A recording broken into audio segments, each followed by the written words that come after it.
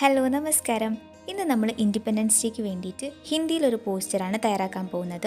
ഇംഗ്ലീഷിൽ നമ്മൾ already upload ചെയ്തിട്ടുണ്ടായിരുന്നു. അപ്പോൾ ആവശ്യമുള്ളവർ കണ്ടു നോക്കുക. ആദ്യം തന്നെ ഇതിൽ സിക്സാക്ക് ആയിട്ടൊരു ലൈൻ വരയ്ക്കാം.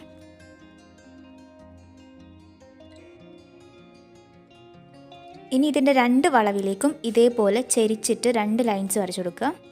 ഇപ്പം നമ്മൾ ഇന്ത്യയുടെ ഒരു ഫ്ലാഗ് പറക്കുന്നത് പോലെയാണ് വരയ്ക്കുന്നത്.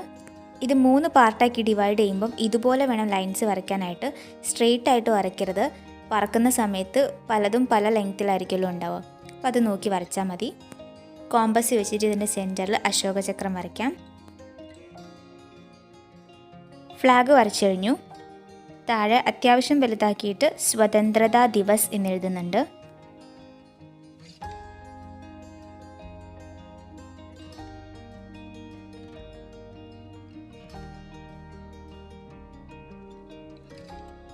ഇതിൻ്റെയും താഴെ ഹിന്ദിയിലൊരു സ്ലോഗൻ എഴുതി കൊടുക്കാം.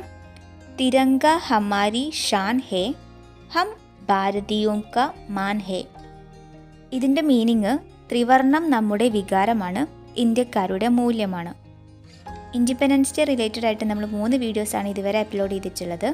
വാട്ടർ പ്രൂഫ് ആയിട്ടുള്ളൊരു ഇൻഡിപെൻഡൻസ് ഡേ ബാഡ്ജ് ചെയ്തു. പിന്നെ ഇംഗ്ലീഷിലൊരു പോസ്റ്ററും പിന്നെ ഒരു ഡ്രോയിങ്ങും ആയിരുന്നു നമ്മൾ ചെയ്തത്. കാണാത്തവരുണ്ടെങ്കിൽ അതൊക്കെ ഒന്ന് പോയി കണ്ടു നോക്കുക. പിന്നെ കഴിഞ്ഞ വർഷം ഇൻഡിപെൻഡൻസ് ഡേക്ക് ഒരു ഫുഡ് റെസിപ്പി കൂടി ചെയ്തിട്ടുണ്ടായിരുന്നു, ട്രൈക്കളർ പൂരി. അതും ഒന്ന് ആവശ്യമുള്ളവർ കണ്ടു നോക്കുക. മുകളിൽ ഞാൻ ഓറഞ്ച് കളർ കൊടുത്തിട്ടുണ്ട്, താഴെ ഗ്രീൻ കൊടുക്കാം.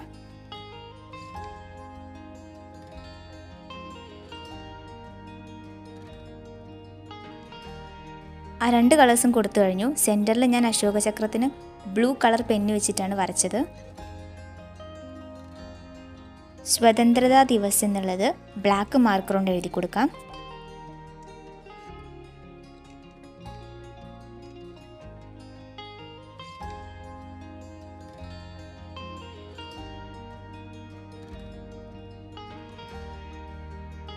താഴെയുള്ളതിന് വയലറ്റ് കൊണ്ടാണ് എഴുതുന്നത്.